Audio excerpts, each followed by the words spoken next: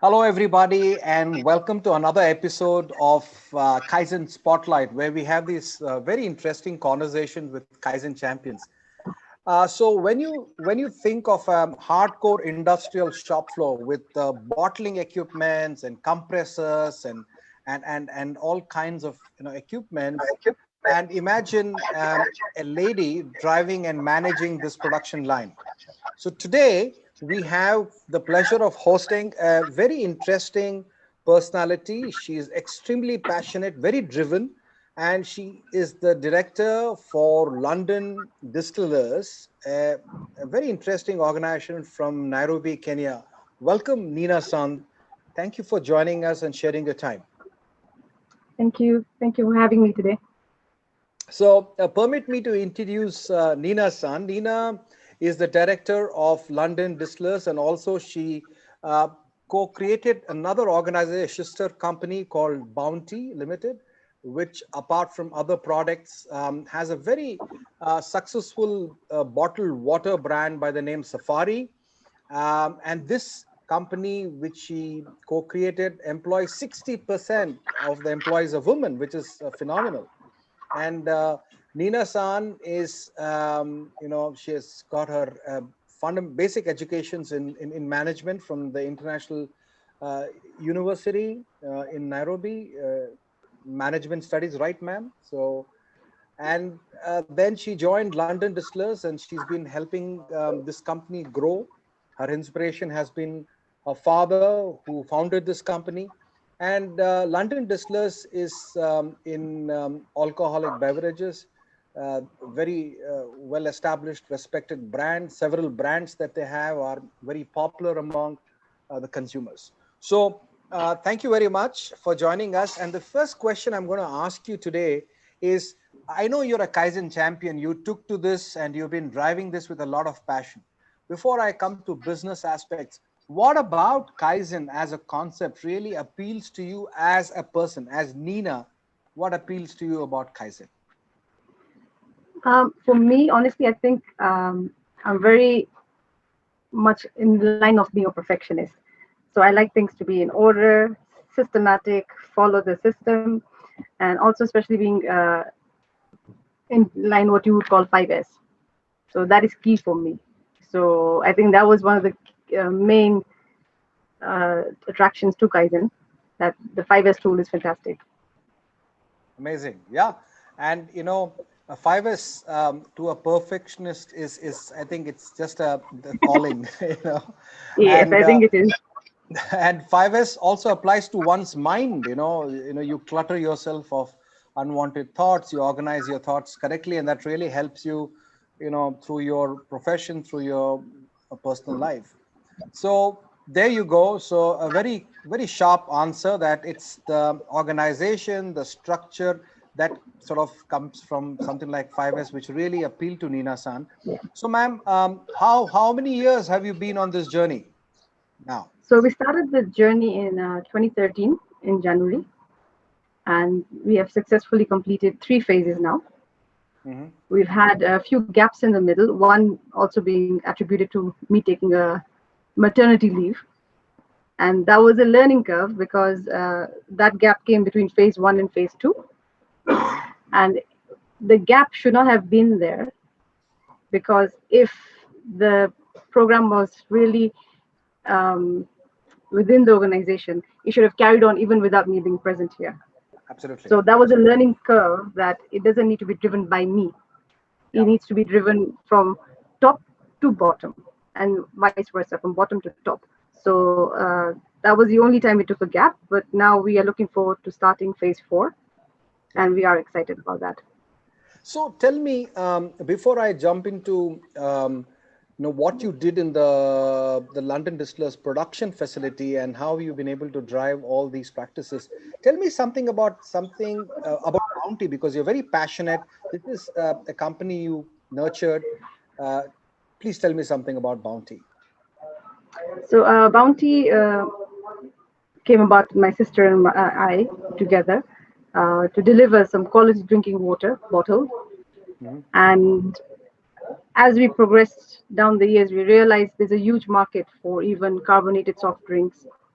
So now we've ventured out into carbonated soft drinks. At the same time, there is a lot of demand for foreign imported products as well. Hmm. So we are widening our portfolio by bringing in international good brands on board.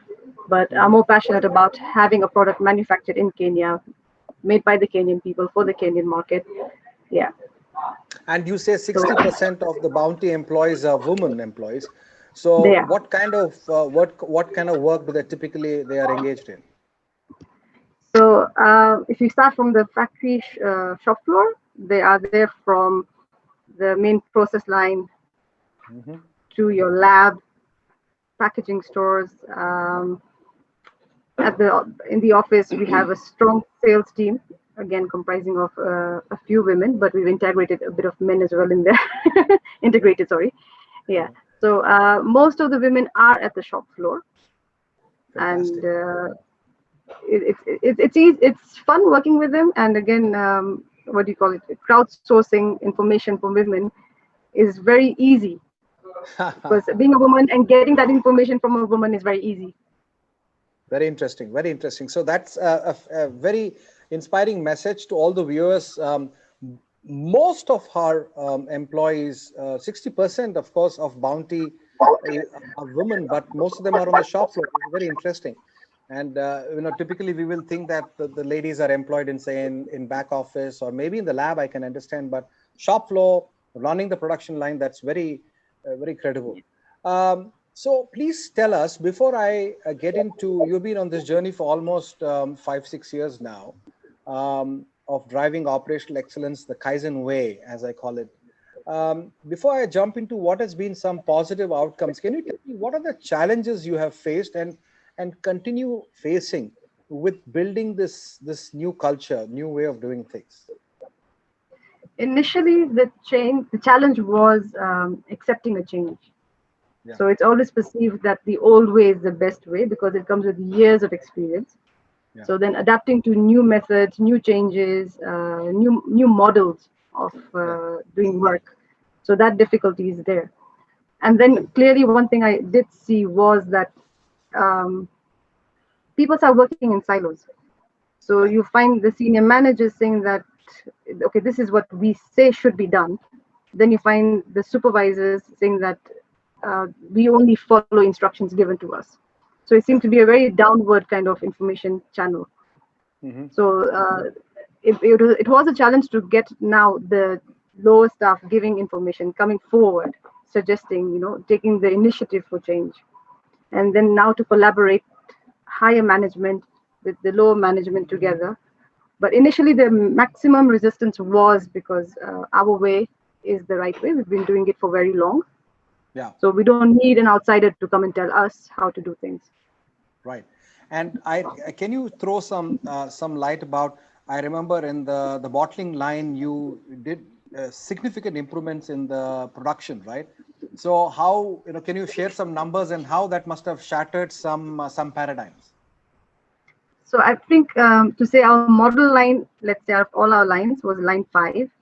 And we worked out first what is the efficiency of that line. And for example, let's say we started off at 23% efficiency of that line. And we realized that what were the bottlenecks in on that line and where we could improve on. And we realized there's a lot of downtime Yeah. and realized some of the downtime was coming with what we call the SMED, Hmm. the changeover. Yeah. So it was good to highlight all those points. And finally, as we went through the workshops, we were able to bring that efficiency up to about 60%, Hmm. which was very good, I think, because coming down from 23% and given the age of the line. Yeah. And that's one thing I liked about Kaizen. It was not that, okay, this line is so old, the efficiency is so old, we need to get rid of it. That was not Right. the concept. The concept was retain the old. Yeah. Let's bring up the efficiency for it. Right. Yeah. Fantastic. Yeah, it's all about improvement with what is available. It's not about improvement by throwing out old equipments and bringing in new. It's you utilize your available resources, whether it's people or equipments or Yeah. space, more effectively. Very interesting. And do share some more outcomes. What other cultural outcomes have you seen? I'm sure you can give me lot of typical business outcomes, like what has been impact on business. Can you tell me what has been on the softer side? Maybe a little more on the business and then the softer aspects. Business, I would think our first Gemba that really stood out was the engineering stores. Okay. Our engineering stores was huge in terms of floor space. We were almost, I would say, about 100. If I would just put it precisely, let's say 100 square meters. Yeah. Now we're down to about 25 square meters. Wow. 75% off. Yeah. Yes, and we were looking for building a new locker room, changing room for the staff. So this room now perfectly fitted that one. In terms of the inventory we were holding, it drastically reduced. We were able to identify which were our slow moving material, which are the runners, which were the critical ones, Yeah. locally available, or we had to import and give consideration on the lead time. So definitely engineering stores was a success. Yeah. So engineering stores, same thing comes to our packaging, inventory control and packaging material. We were Yeah. holding a lot of packaging material. Um, I think, when you bring in new products, Yeah. you kind of don't phase out the old packaging material in a specific way or in a timely manner. Yeah. So we were holding a lot of dead stock, and Yeah. we were able to use Kaizen tools and methods on how to reuse the dead stock, Yeah. like for cartons, recycle them into layer pads, which is a lot of money tied up in there. So, Yeah. in a nutshell, the running capital in terms of uh, in our engineering stores, the packaging stores, that has drastically gone down. Yeah. So, in terms of business impact, that's a big plus. And And what about pilferage. people? Oh, pilferage. Okay. Pilferage definitely was a big success story because you're not buying everything Yeah. and anything, which was happening before, because we followed the motto that what's available in the supermarket should not be available in the gate.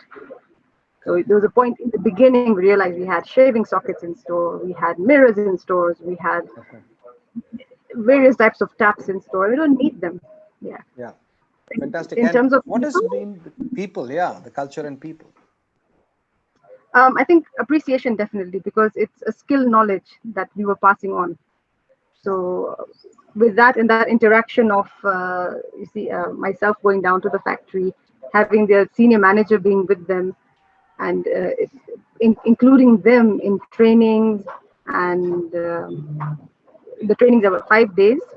So Yeah. having all the staff part of that training and then go and implement on the shop floor and then being recognized as Kaizen champions, it's very Yeah. motivating. So Correct. people change everything there. Initially, they were very scared, thinking that Kaizen is here to take away jobs. Mm-hmm. That was not the case at all. They just realized that Kaizen is all about skill training, improving their work environment, Yeah. and especially giving emphasis to their safety. True. True. So they kind of appreciated that. Yes. Fantastic. And I also know that you're very passionate about the environment, about so can you tell us how you converted this, if I can use a word, a barren piece in your factory or Mhm. land, maybe a trash kind of, a dump yard into. Please tell us, our viewers, what did you do? So we had a visit by Mr. Vinod Grover, your Uh-huh. director. And I remember we had shown him the factory, he's seen all our processes, then our offices, we were proudly showing off all the 5S.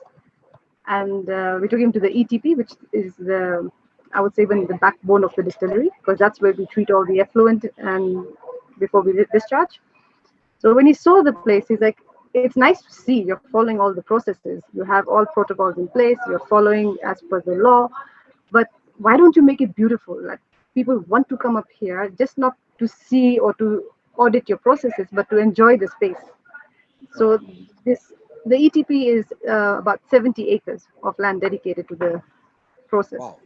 Yeah. And after he left, we took the initiation of bringing in red soil because Arthur River is all black soil. Yeah. So bringing in trucks of red soil, having a tree count, how many trees we can start planting.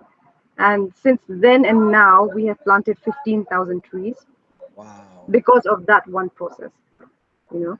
And we Fantastic. realized that as a factory, you get a lot of plant machinery, parts, tanks, or whatever it is that becomes scrap. We don't Yeah. throw them. We take them to the ETP, which we now call MG Park, and we kind of decorate them. We paint them well. We use them as aesthetic decor pieces around the MG Park. Fantastic. So Fantastic. that's been good. Yeah. Good. So 15,000 plants in 70 acres. And it's counting, right? And you're still And we are on still the job. growing. Yes. Yeah, you're still growing it.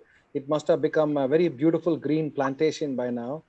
Um, Please tell us one thing that you have found to be very useful or handy when it comes to you being a woman while driving transformation change. You are a woman leader, COO, if I can say.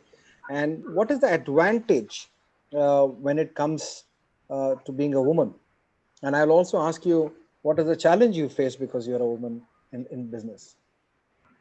I think the biggest plus is if you're employing such a large population of women Uh-huh. and then going down to the top management level, down to the shop floor and saying, listen, if you're going to scrub the line, I'm scrubbing the line as well.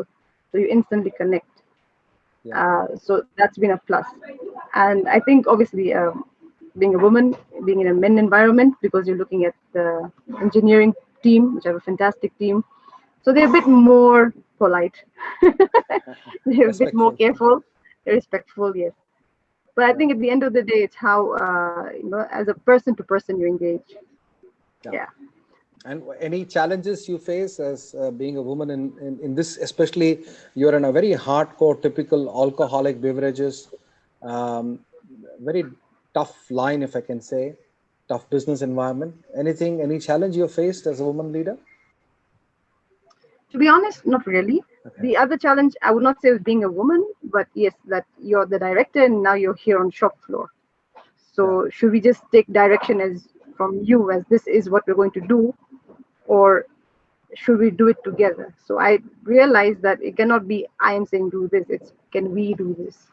Correct. So directly in terms of being a woman, not much of a challenge. Mm-hmm. I feel it was very not easy but comfortable. Okay. Just because given the tools we have been given by Kaizen, how to approach it, and it was easier. Very good.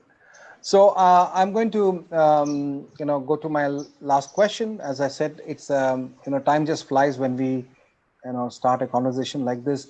Any message you would like to give, especially to young leaders, business leaders, and also women leaders, with respect to operational excellence of Kaizen? How has it helped you personally to evolve as a leader? Of course, you talked about your business impact. So, some message you would like to, some insights. My message would definitely be go the Kaizen way. It is not difficult. You see, for me to go down to shop floor in an alcohol industry or with bottled water, something very new outside the line of alcohol manufacturing, it seems scary. But when we had Kaizen on board, the models are there, the tools are there. Yeah. So it makes it very much easy to do it. Um, when you work with Kaizen, you're out at the shop floor. So you're Yeah. starting from base, from zero. And I feel that that gave me a lot of positivity in terms of knowing that I am learning the trade. I am learning how things are done. I'm learning that it's not easy to sit at the head office and say, I need this many cases of, let's say, if it's water per day. But when you go on the shop floor, your line is not able to produce that. So Yeah. it's more in terms of enhancing my own skills, my knowledge, Yeah. my perception that what is required at the Gemba, Yeah. and at the same time, it also brings in a lot of teamwork, which is key. Because Yeah. like I told you in the beginning, we were working in separate silos, but now we know that it has to work as a team. That's when you get all your, you answer your three C's. What are the Yeah. concerns? What are the causes, and what are the root cause and Countermeasures. the countermeasures? Yeah. Yes. So that So the really helps tools of you. Kaizen have been fantastic, good for me on my learning journey, and definitely empowers you. You know that you are talking from experience. That Yeah. experience has shown you results. and the results are clear. Like today, when we go to the factory, we feel proud that yes, we've had other factories and other companies coming to visit us. So we've been Wow. a Kaizen model company, which makes me very proud because when we did start the Kaizen journey, that was the chairman's main aim. He says, "Fine, we're going to go the Kaizen way, but I want down the line other companies to come and see us," and Yeah. successfully we have done that. Yeah. So fantastic. That's a great note from you to sign off. That I think, apart from doing all these, chasing these best practices, excellence, Kaizen, um, apart from the benefit you get as an organization, I think what's very important is to become a kind of an inspiration to others, to become a benchmark, for others. And as you correctly said, many companies who probably were not on this kind of a journey, transformational journey, after they visited you, they saw it, because seeing is believing, and I'm sure many of them went back very inspired to adopt these good practices and Yeah. drive improvements. And I feel that when you adopt something like Kaizen, operational excellence, you're not only doing something good for your balance sheet, but you're uplifting the skill levels The and the people. quality of Yeah. manufacturing in the country. As a That's very important. And thank you very much, ma'am, for joining us. I know you are a busy lady.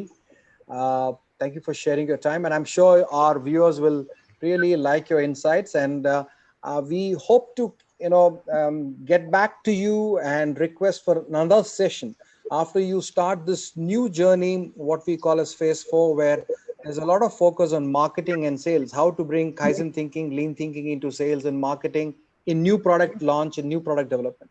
So we'll see you again on the other side in another episode. Until then, thank you very much, and you have a wonderful day.